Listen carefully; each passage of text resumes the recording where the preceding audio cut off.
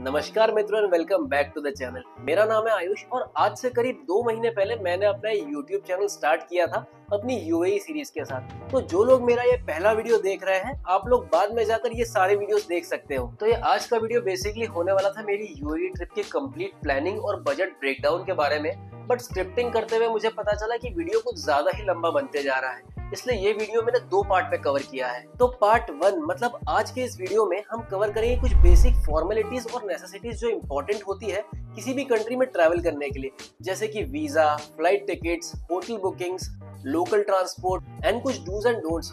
Dubai में कुछ गलतियां आपसे ऐसी भी हो सकती है जिससे आपको 46,000 रुपीज तक का फाइन देना पड़ सकता है and you can even end up in jail. और बात करेंगे सिम कार्ड और इंटरनेशनल रिचार्ज की, और यूएई में आप पैसे स्पेंड किस मीडियम से कर सकते हो, सारा कैश लेकर जाना है, क्रेडिट कार्ड, डेबिट कार्ड या और भी कोई तरीका है। और अपने पर्सनल एक्सपीरियंस से मैं कुछ बेसिक मिस्टेक्स शेयर करूंगा which you can avoid on your trip, और ये सारे एक्सपेंसेस मैं पर हेड के हिसाब से बताऊंगा कि एज एन इंडिविजुअल आपको कितना खर्चा आएगा। और मैंने ये वीडियो सेक्शंस में डिवाइड कर दिया है कि अगर आपको पूरा वीडियो नहीं देखना और किसी पर्टिकुलर सेक्शन के बारे में इंफॉर्मेशन चाहिए तो आप जाकर वो सेक्शन देख सकते हो।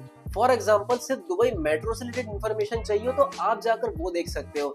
ऑल्दो अगर पहली बार जा रहे हो तो पूरा वीडियो देख कर जाओ, आपकी बहुत हेल्प होगी। तो फर्स्ट थिंग फर्स्ट बात कर लेते हैं वीजा की, जो किसी भी देश में घुसने के लिए लीगली इंपॉर्टेंट होता है। और मुझे यूएई का टूरिस्ट वीजा पड़ा 7,200 रुपए का, जो कि इशू होने के 30 दिन तक वैलिड होता है। आप इन 30 दिनों में कभी भी सिंगल एंट्री जाकर वापस आ सकते हो। वैसे यूएई का वीजा काफी इजीली मिल जाता है, बट 10-12 दिन पहले अप्लाई कर दोगे तो बढ़िया रहेगा। तो नेक्स्ट इंपॉर्टेंट चीज है फ्लाइट टिकट। वैसे तो ये वेबसाइट काफी फेमस हो चुकी है, बट फिर भी बता देता हूँ कि मैं अपनी फ्लाइट सर्च करता हूँ स्काई स्कैनर की वेबसाइट से। यहाँ बड़े इजीली फिल्टर लगा के चेक कर सकते हो कि कौन सी फ्लाइट सबसे चीपेस्ट और फास्टेस्ट है, और अपनी प्रेफरेंस के अकॉर्डिंग अपने लिए फ्लाइट बुक कर सकते हो। ये एक थर्ड पार्टी ऐप है जो बेसिकली एक फिल्टर का काम करती है for finding you the best flight. बहुत टाइम से मैं ये वेबसाइट यूज कर रहा हूँ और आज तक तो मुझे कभी कोई प्रॉब्लम नहीं आई। So you can definitely check this website while booking a next flight for yourself. और मैंने अपनी फ्लाइट बुक की थी अबू धाबी के लिए because it was little bit cheaper than direct flight to Dubai, और मुझे ये फ्लाइट पड़ी 9,600 रुपए की। और मैंने अपनी रिटर्न फ्लाइट भी अबू धाबी से ही बुक की थी और ये मुझे पड़ी थी अराउंड 13,000 रुपए की। एग्जैक्ट प्राइस मैंने स्क्रीन पे मेंशन कर रखा है। नाउ अनदर बड़ा खर्चा है स्टे। मैं थोड़ा सा प्रायर प्लानिंग और रिसर्च में बिलीव करता हूँ, सो वो एंड टाइम पर चीजें छोड़ना और वो आखिरी टाइम की हड़बड़ी मुझे बिल्कुल पसंद नहीं। तो अपने होटल्स भी मैंने ऑलमोस्ट 2 महीने पहले ढूंढकर बुक कर दिए थे, एंड अगेन होटल्स ढूंढने के लिए भी मैंने स्काई स्कैनर वेबसाइट का ही यूज किया था। तो अबू धाबी के लिए मैंने बुक किया था रॉयल रोज होटल। कतई 5 स्टार होटल था, बट जल्दी बुक करने की वजह से पीक टूरिस्ट सीजन में भी मुझे ये होटल पड़ा 3500 पर नाइट, और वहाँ भी होटल वालों ने इसको डीलक्स रूम से स्वीट में अपग्रेड कर दिया था। और मैं यहाँ रुका था 2 दिन के लिए, तो मेरा टोटल हुआ था अराउंड 7,000 रुपए। और अपने दुबई के स्टे के लिए मैंने बुक किया था होटल जॉर्ज बाय सैफरन, और अपने 7 दिन के स्टे के लिए मैंने पे किया था 29,000 रुपीज। और अपने अबू धाबी के लास्ट दिन के स्टे के लिए मैंने बुक किया था होटल एमिरेट्स प्लाजा, जिसके लिए मैंने पे किए थे ऑलमोस्ट 4,000 रुपीज।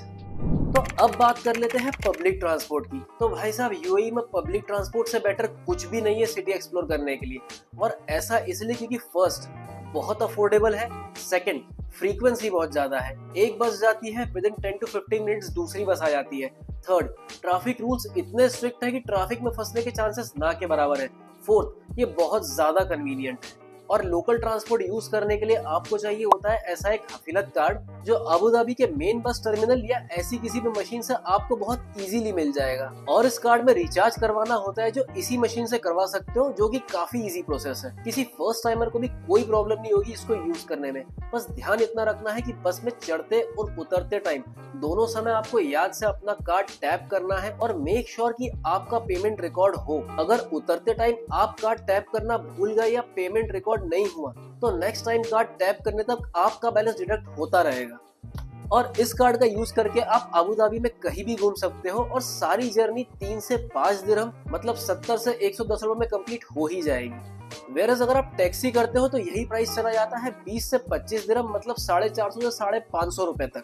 और नेक्स्ट अति इंपॉर्टेंट चीज जो दुबई में आपको घूमने के लिए चाहिए वो है ये नोल कार्ड। नोल कार्ड बहुत ही ज्यादा काम की चीज है अगर आप बजट ट्रैवलर हो। तो अगर तुम्हारे पास और तुम्हारे पिताजी के पास दुनिया भर का पैसा है फिर तो कोई दिक्कत वाली बात ही नहीं है। तो इसके बारे में थोड़ा विस्तार से बात कर लेते हैं। अगर आप significant amount of money save करना चाहते हो तो दुबई पहुंचते ही आपको लेना है एक सिल्वर नोल कार्ड, जो किसी भी मेट्रो स्टेशन, बस स्टेशन या ऐसी किसी भी मशीन से आपको बहुत इजीली मिल जाएगा।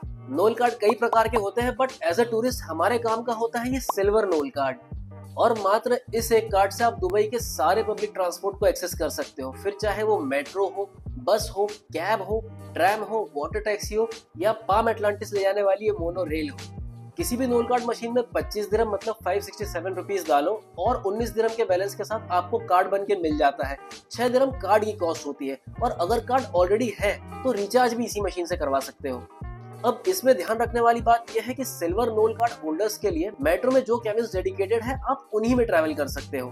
अगर गलती से किसी और केबिन में घुस गए तो फाइन काफी हैवी पे करना पड़ सकता है, विच इज अबाउट 200 दिरहम, जो हुआ करीब 4600 रुपए। जैसे कि ये वुमेन एंड चिल्ड्रन वाला सेक्शन है, इसमें सिल्वर नोल कार्ड के साथ लेडीज तो ट्रैवल कर सकती है, परंतु अगर कोई महापुरुष इसमें ट्रैवल करता हुआ पाया गया तो भारी पेनल्टी लग सकती है। और दूसरा होता है गोल्ड क्लास कैबिन। बेसिकली थोड़ा सा प्रीमियम कैबिन है जहाँ पर बेटर सीट्स और थोड़ा सा कम क्राउड होता है, बट गोल्ड नोल कार्ड सिर्फ दुबई के रेसिडेंट्स को ही मिलता है, तो make sure silver Nol card लेकर इन कैबिन्स पे ट्रैवल ना करें। बाकी सब चले और कोई प्रॉब्लम वाली बात नहीं। और कुछ बेसिक जानकारी ये है कि मेट्रो में खाना पीना, सीट्स पर पैर रखना, कचरा फैलाना, कुछ बेचना या कार्ड ठीक से टैप ना करना, किसी और के टैप करने पर पीछे पीछे घुस जाना जिसको टेल गेटिंग कहते हैं, ये सब भूल के भी मत करना। हर जगह कैमरे लगे हुए, तुरंत पकड़े जाओगे और पे करना पड़ेगा heavy fine.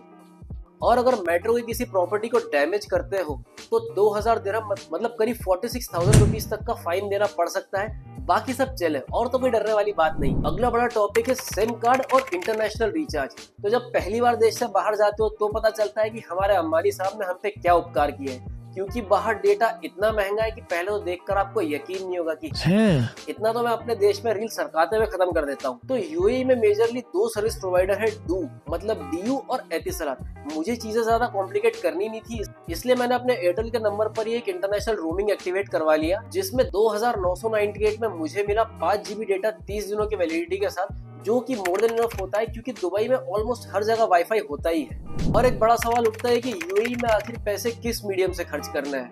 If you want to buy something, lunch, dinner या ब्रेकफास्ट के लिए पे करना हो तो कैसे कर सकते हैं। तो एक तरीका तो ये हो गया कि इंडिया से रुपीज से दिरहम में कन्वर्ट करके लेकर जाओ। ऐसी बहुत सारी एजेंसीज होती है जो कुछ % एक्सचेंज फी चार्ज करके आपको करेंसी कन्वर्ट करके दे देंगे, but is it really necessary दो? क्या मैं अपने नॉर्मल बैंक के डेबिट या क्रेडिट कार्ड से स्पेंड नहीं कर सकता?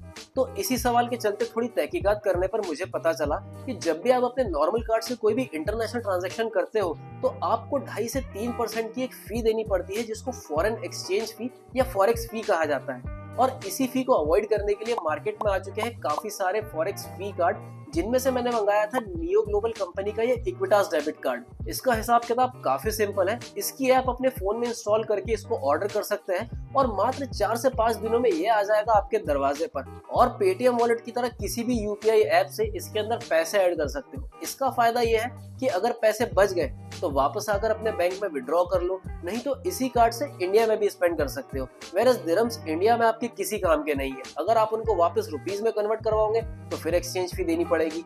तो ऐसे cards are must when you are travelling abroad.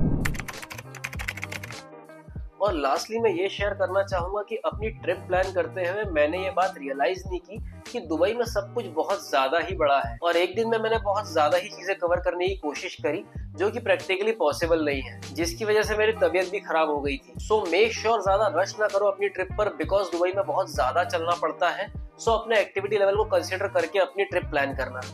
और सेकंड बात जो ध्यान रखना बहुत ज्यादा जरूरी है, जैसे इंडिया में हर जगह हमें वाटर कूलर या पानी की फैसिलिटी हर जगह मिल जाती है, यूएई में वो केस नहीं है। तो मेक श्योर अपना पानी साथ कैरी करके चलना, अदरवाइज पेट्रोल से महंगा पानी खरीद कर पीना पड़ सकता है। और इस वीडियो के सेकंड पार्ट में मैं शेयर करूंगा अपनी डे बाय डे आइटिनरी और budget breakdown of my whole UAE trip.